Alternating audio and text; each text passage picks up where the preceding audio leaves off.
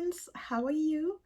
I want to talk about a particular topic today, and today's topic is on the lessons that you are being given to learn when you go through a particular negative experience or when you go through repeated negative experiences that seem to be centered around the same issue. So it's like going through the same negative experience but with different people. What is your soul trying to learn in this case? So this is today's topic. It's an interesting one. But before I go ahead, this is the African Girl Empowered, and I put out topics that relate to women's health, women's well-being, that are all geared to empower us to live the life of our dreams. If this is your first time here, welcome. If this is the type of topic or subject that interests you, please do not hesitate to subscribe so that you get more of this type of information on this channel.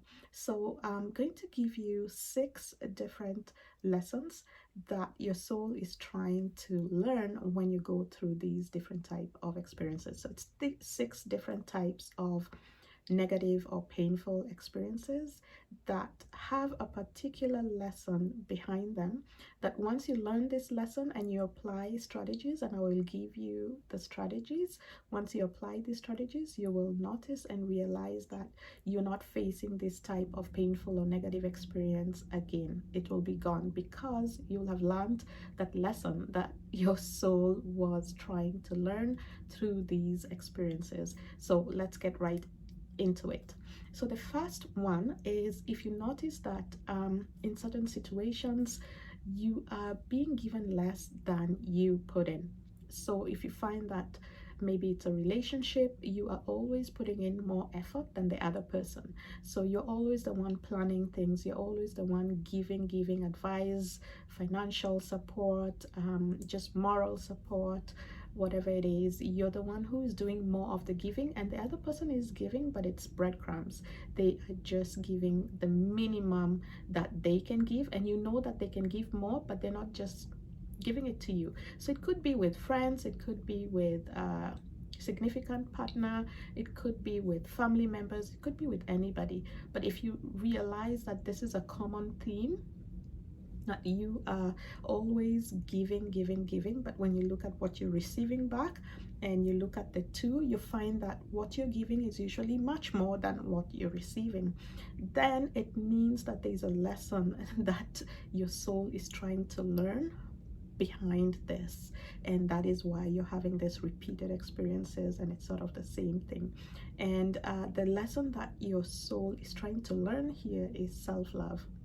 So self-love is really about loving yourself first and then loving others. So it doesn't mean that you stop loving people around you, or you stop caring about them, or you stop doing anything kind or generous towards them and you only do these things to yourself.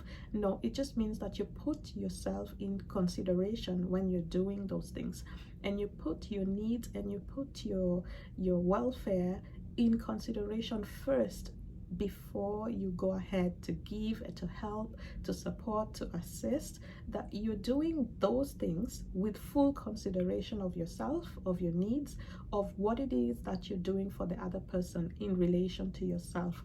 Have you done those things for yourself first before you're doing these things for the other person or to the other person?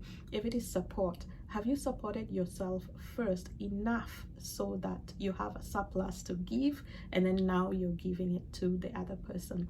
And so this is all what self-love is about. It's just saying, hey, pause, think about me first. Am I in the best position to be providing this support to this person right now? Yes or no? Am I in the best possible position right now to be providing this financial support to this person?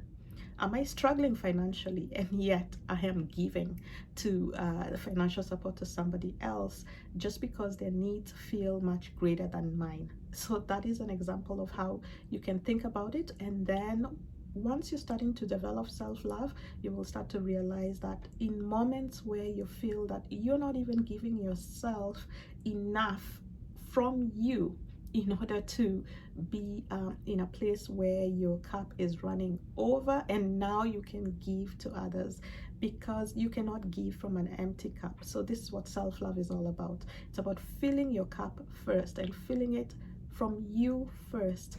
And then once you feel like your cup is full, it's running over, then you're in a very good position to then now attend to the needs of those people around you. So it doesn't mean that you neglect the people around you and the needs that they have, and which brings me to the strategies or how you can address this or go about this. And it's about putting up boundaries. So boundaries are how you operationalize self-love. It's through having boundaries, healthy boundaries with people. We all need boundaries, because boundaries are just like a fence. If you build your house, a beautiful house, you have nice furniture and everything is really beautiful and nice inside your house, sometimes you will need a fence around that house to protect what is inside, because it is valuable, it is precious to you, so that not just anybody can walk in and get in and do whatever they want. Because as much as we trust everybody, that there's some people who are just looking to go and get freebies. They're just looking to go and get what they can get without putting in the work for themselves. So if you are putting in this work in terms of developing self-love for yourself, then what you need to do is now put boundaries, so that they are for your own protection, so that when people come to you and they want help, they want support, they want assistance, that you look at that request through the lens of self-love. And when you look at it through the lens of self-love, do I have this to give this person? Yes or no? Am I denying myself something in order to give this person? So that means that you're not turning yourself into a martyr. If you're a Christian, Jesus already died on the cross for everybody. You don't need to go and do that a second time. He did it once and it was enough for the whole world and for the rest of our lives. So you don't need to be engaging in martyrdom in order to save somebody. And so when you look at it through the lens of self-love, you can make healthy decisions. And then once you make those healthy decisions, you can then communicate that out to the person, and you do this through boundaries. So when you have boundaries, it would sound something like, I understand that you have this need. For example, it's financial. Your significant partner or your brother or sister is asking for money. You currently have financial needs that you're trying to address. You don't have that extra money to provide to someone else, and yet you do have urgent financial priorities that you need to take care of. And so when you look at it that way, then when you have a boundary, you can go back to that person and say, actually, I don't provide money to someone, or I can't lend you this money until I am done with taking care of some of the urgent financial needs that I have right now. So that is a boundary. And when you communicate that to that person, it's not about that person's request, but it's about you and how you operate. And so you're just letting them know that I don't do this. And what you're asking me right now is it's not working with this boundary that I have. Therefore, I cannot fulfill that request. And so you're not making it about that person, you're not making it about any other thing, you're making it about yourself and how you operate. So boundaries are usually statements that would set limits on certain things in order to protect you, in order to ensure that your self-love is being protected, it's being taken care of. So if you notice that you're in situations where you're always giving and you're receiving less, then look at whether that giving is actually depleting you of something that you could have given yourself. And if the answer is yes, then it means that you need to practice self-love. And if you need to practice self-love, then the best way to do that, or the most effective way to do that, is to set up boundaries for yourself. So I hope that is a little clear in terms of what you need to do, the strategy that you need to employ. when the sole lesson that you're trying to learn is self-love. And how you know that is if you have repeated experiences of just receiving breadcrumbs, being given less. So another example is if you're giving time, you're always available for someone. Let's say this is a friend, you're always available whenever they want to hang out, whenever they want to talk, you're always there.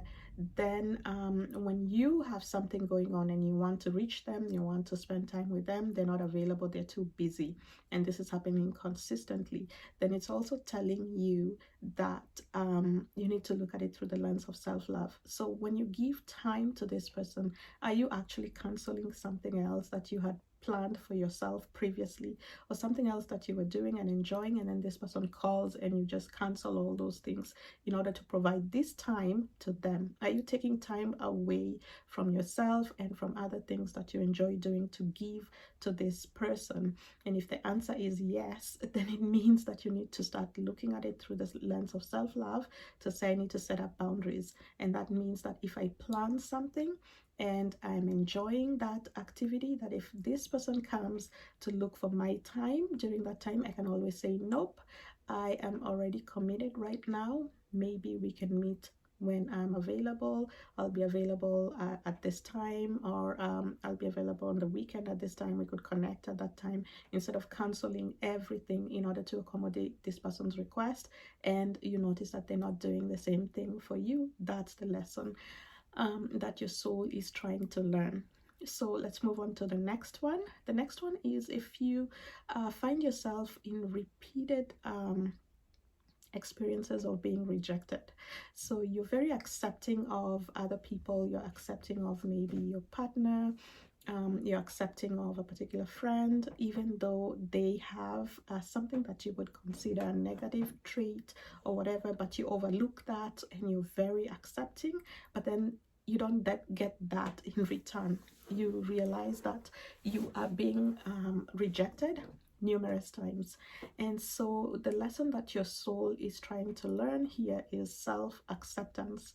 And so this just means that you have to start looking at yourself as being good enough. So when you reflect this back to yourself, it's sort of telling you that you need to accept yourself fully as you are. So all the different parts of you, both the good parts and the parts that you feel are not good, and you can work on improving some of those areas that you feel are not perfect. But the goal is that for you to accept yourself fully. So the strategy for doing this is to look at why you want that person to accept you. Or maybe it's a school, maybe it's a job. Why do you want them to take you? What will it mean for you?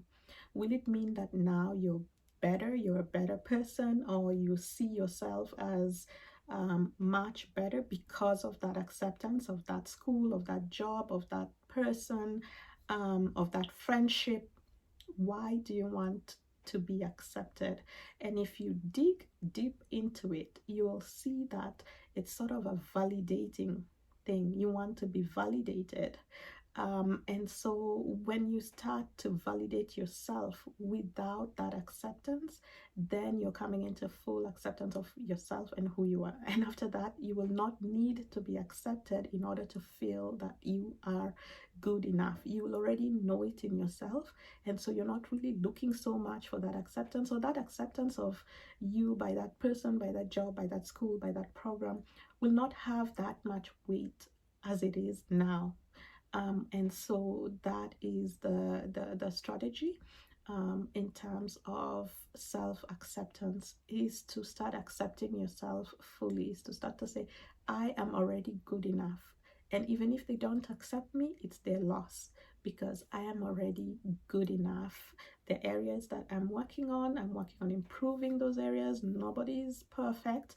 And I recognize my shortcomings and my weaknesses. I'm working on them, but that I am inherently good enough. And so them accepting me or not is not a reflection of how good I am.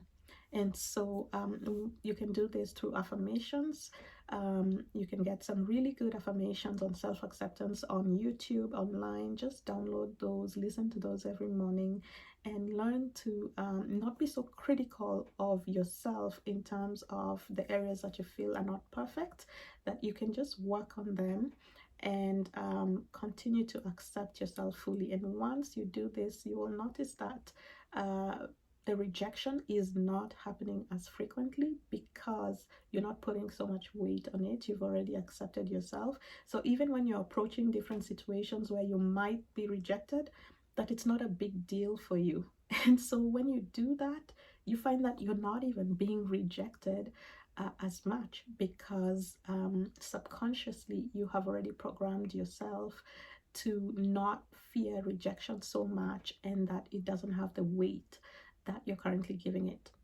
And so the third lesson that your soul may be trying to teach you is if you notice that in several instances you're being abandoned. So let's say you start working on a project or a business idea with someone, it's going well, you're putting in the effort, you're making plans and everything, and then all of a sudden they back out and you're left alone to carry it through to completion.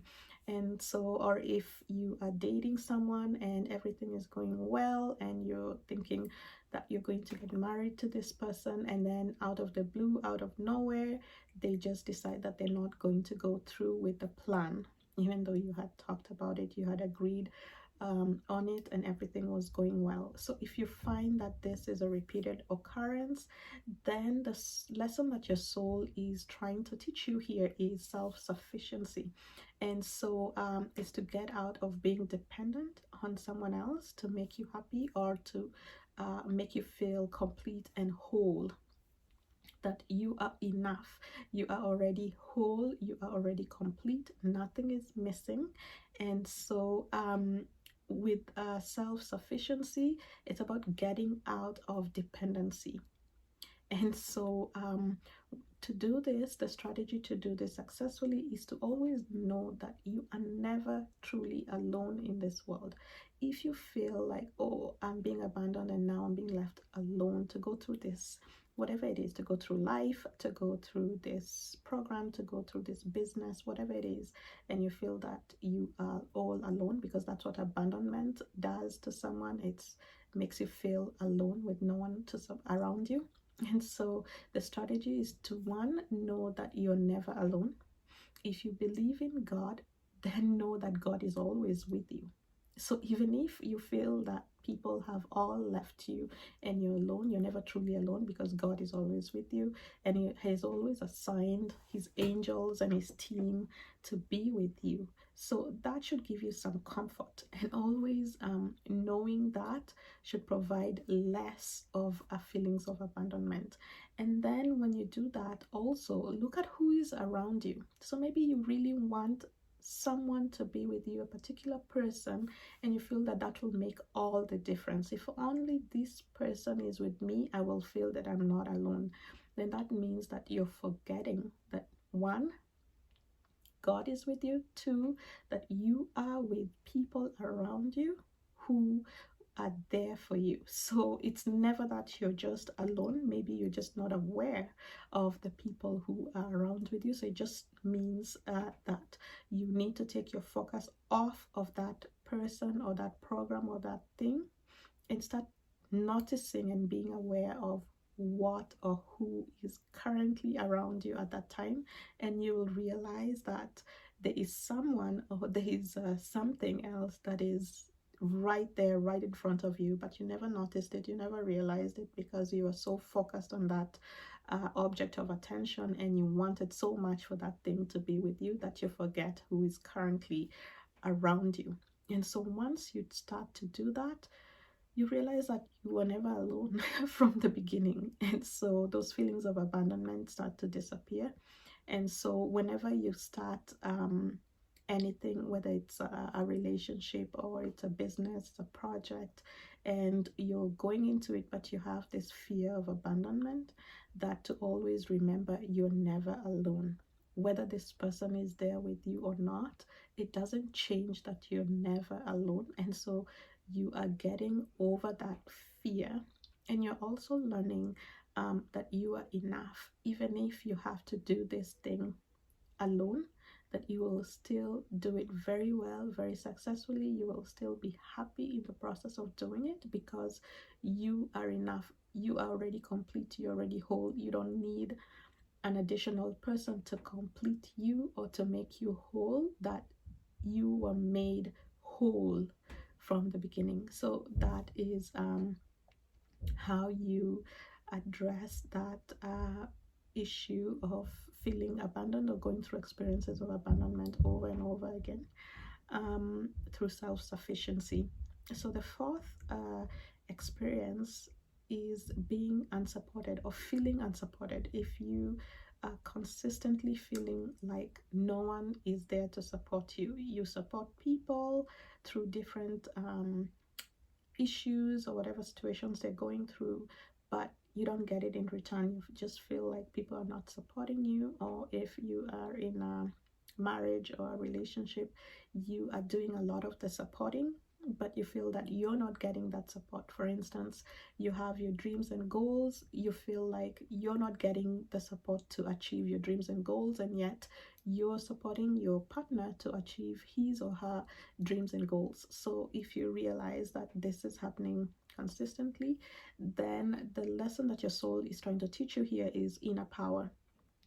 And with inner power, it's all about knowing that you can do it, you're capable. So it's about your capability, and believing in yourself. So that is inner power.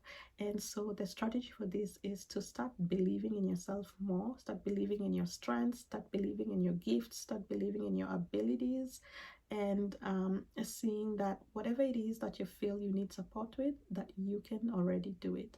If there's something, maybe a particular skill that you don't currently have, for instance, you want to start a business, and you want to have an online presence. You do not know much about computers, you do not know much about how to set up an online store or a website, and so you want someone, maybe your partner is good in computers, and so you wanted him to help you with building a website and having that online presence, but you're not getting that from that person, so you feel unsupported. So in this case, it would be that you go out and you look at who can provide this service for you, even if you have to pay a fee to get it done, that you go ahead and do it because you're empowering yourself. You have that inner power. And so when you just go out and treat it like a business transaction and put a look at who's available, who's providing the service, what are their fees, can you afford it, and you go ahead and do that, get your website, get your online presence, that you are stepping into your inner power. You're not being limited because you believe that you really need that support and you cannot move forward until that particular person you're wanting to get support from gives you that support. And so you're holding yourself back. That's what it means. And so when this is a repeated occurrence, it's just telling you that you have everything that you need within you. You have the capability. Look inside, you will find a way to do it. And that God is always supporting you.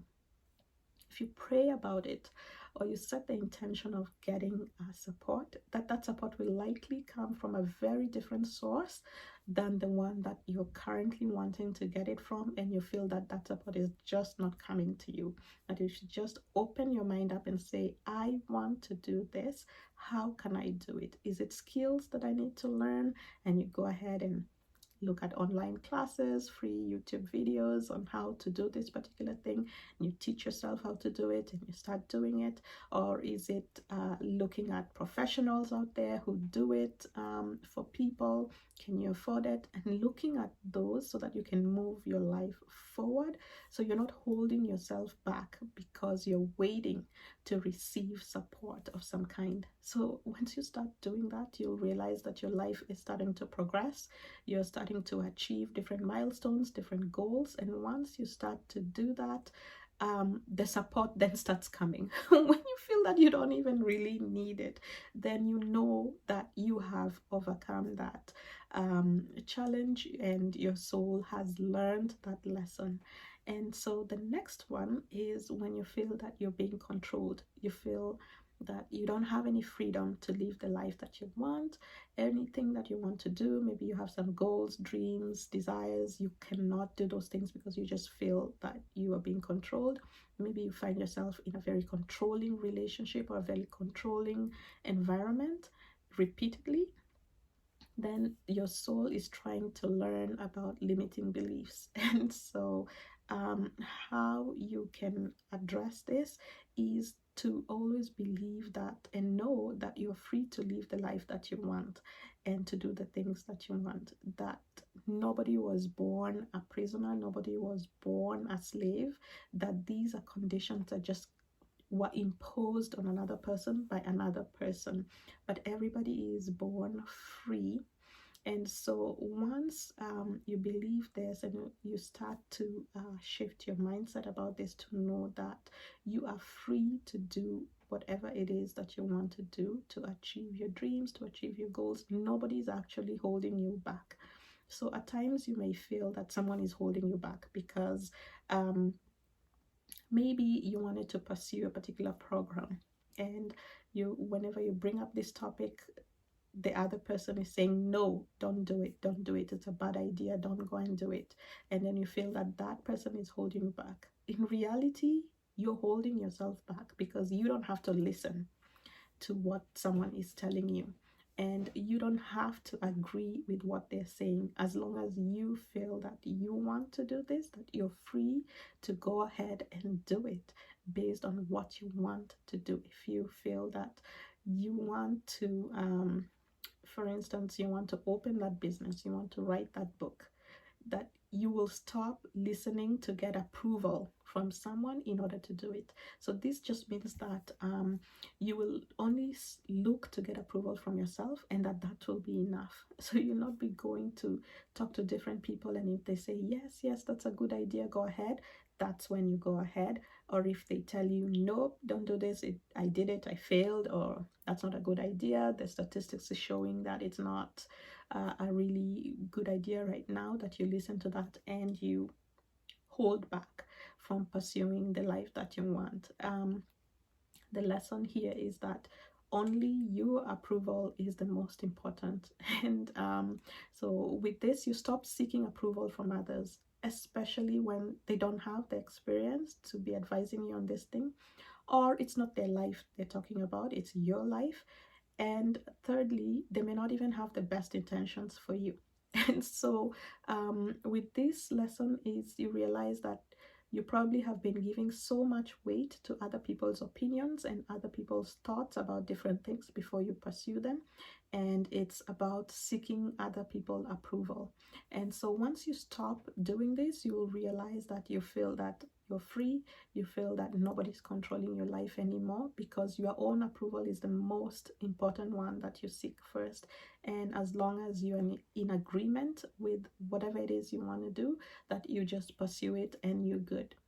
If other people agree with it, that's fine, you're happy about that. If people oppose it, that you just still are at peace with your own decisions and going ahead to do whatever it is that you wanted to do. And then the last one is when you feel that other people are constantly making decisions for you. So growing up, maybe you are among the younger siblings, you have quite a few older siblings, and they're always making decisions for you, what clothes you're going to wear. Maybe you got hand-me-downs, so you never got a choice to decide what you want to wear, or maybe they made decisions about what school you should go to, because they were paying for your school fees, for instance. Or sometimes the wider community or your relatives made a decision about who you're going to get married to, so you didn't even get to choose that. And so you feel that you're just going through life with other people making decisions for you about things that are affecting your own life, or things that are about your own life. And so the lesson that your soul is trying to learn here is self-identity. Who are you? not about the choices that other people made for you, but do you know yourself? So once you start to know yourself, you will start to be able to make choices for yourself. So here again, the strategy for learning this lesson is about knowing what is best for you. And it's about knowing that nobody can know more than you what is best for you. They may try to make those choices for you, they may try to convince you, but ultimately, you know what's best for you, and it goes in with the control and the limiting beliefs. So, the self identity is about getting to know yourself. So, moving away from the choices that people have made for you and looking at what is it that I want for myself and why do I want that? And starting to practice that even with the small things in life. For instance, what you want to eat, what's your favorite food, and or what's your favorite meal. So no one can make that decision for you and tell you, nope, you like rice and chicken, that is your favorite meal. It's something that has to come from you. So if you start making those small choices and knowing those small things about yourself, what's your favorite color, what's your favorite TV show?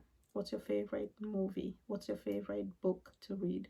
What's your favorite type of music? Like you're starting to get in touch with yourself, you're starting to listen to yourself, you're starting to know yourself with just the little things.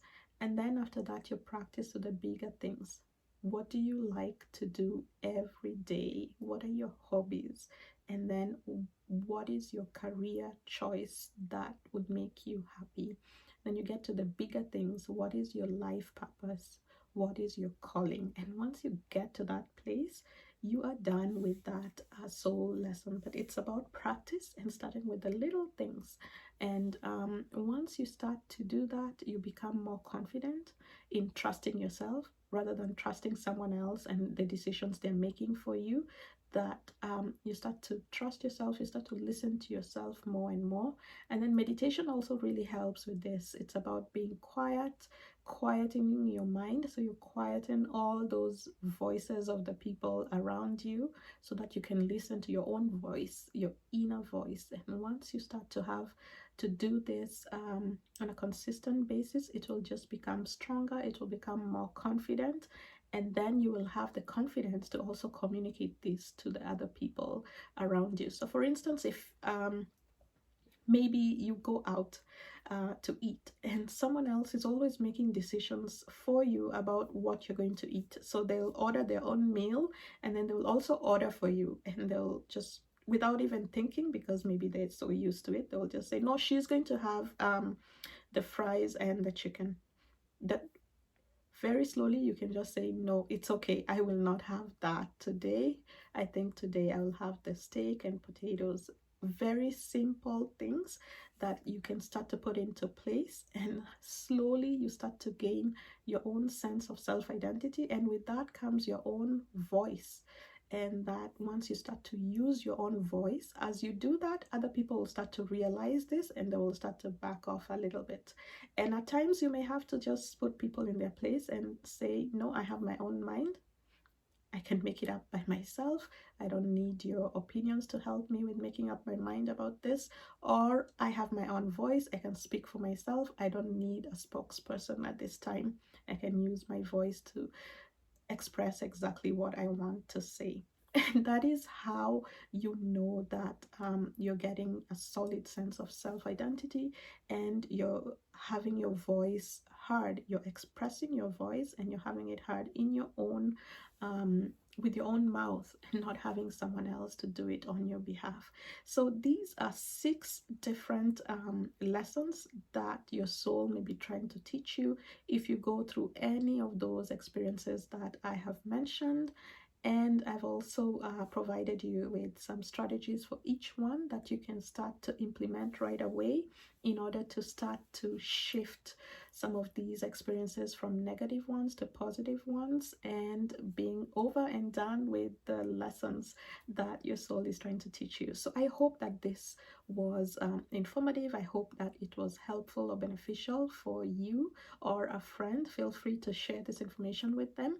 And if this is a type of topic that you like, if this information resonated with you and you want to hear more about this type of topics going forward, please do not hesitate to hit the subscribe button so that you get to get more videos, more of this type of content. And also don't forget to hit the notification bell so that you can get an alert every time I post a video. You can get notified and you can just watch it right away. So thank you so much for listening to this video. I know it was a little bit long, but we had 6 topics to cover. I hope that it's beneficial for you or helpful for you. You can always come back and refer to it whenever you realize that why am I always going through this type of experience repeatedly or consistently. That it's information that will be available for you.